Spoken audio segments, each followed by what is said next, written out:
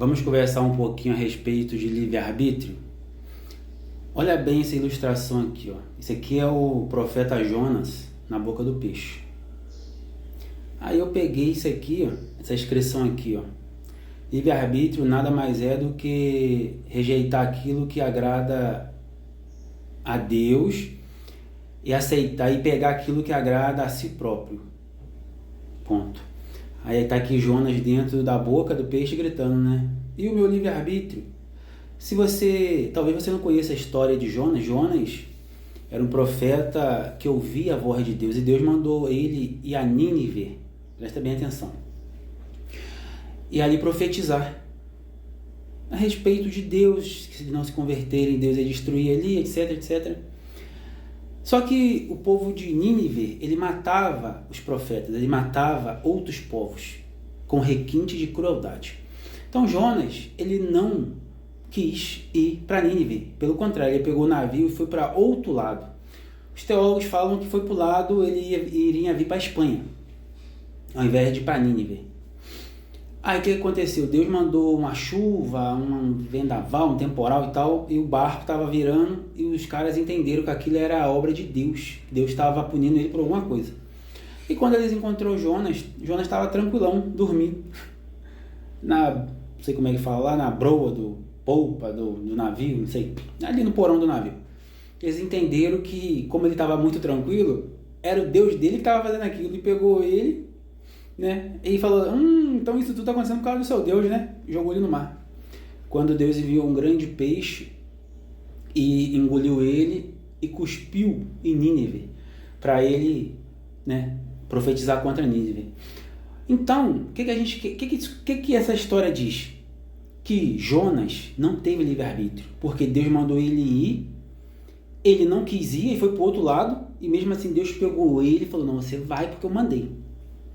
Eu tenho algumas coisas para dizer para você. Primeiro, que Nínive não tem mar. Nínive fica num local onde não tem nem rio em volta. Como que um peixe cuspiu ele em Nínive, se lá não tem mar? Esse é um ponto. Outro ponto, esse peixe seria um eufemismo para uma nave espacial ou alguma coisa parecida? É só uma tese, tá? É uma hipótese. Ponto. Certo? Segundo, que não existe livre-arbítrio. Não existe. Na Bíblia, o livre-arbítrio, para você que não é salvo, existe. Para gente que é salvo, escolhido, não tem livre-arbítrio. Por exemplo, a Bíblia fala que Deus escreveu nosso nome no livro da vida desde antes da fundação do mundo, ou seja, a gente já foi predestinado a ser salvo. Então a gente não tem livre-arbítrio, a gente vai ser salvo, ponto, e acabou, porque já está predestinado antes de Deus fundar o mundo. Então não existe livre-arbítrio nesse sentido. O apóstolo Paulo, ele teve livre-arbítrio? Não teve. Ele matava os cristãos, perseguiam. Quando Jesus apareceu para ele no meio do caminho e falou, você é um vaso escolhido. Ele não teve livre-arbítrio. Ele teve que fazer a vontade de Deus. Jonas não teve livre-arbítrio. Jesus não teve livre-arbítrio quando ele desistiu de ir para a cruz. Ele desistiu. Quando ele falou Getsemane ali, orando, suando sangue, ele falou, se for possível, passe de mim esse cálice. Ou seja, eu não quero. Mas Deus falou, você vai. E ele falou, todavia seja feita a sua vontade, não a minha. Não existe livre-arbítrio. Livre-arbítrio é para quem está indo para o inferno. Para gente que é salvo, não existe livre-arbítrio.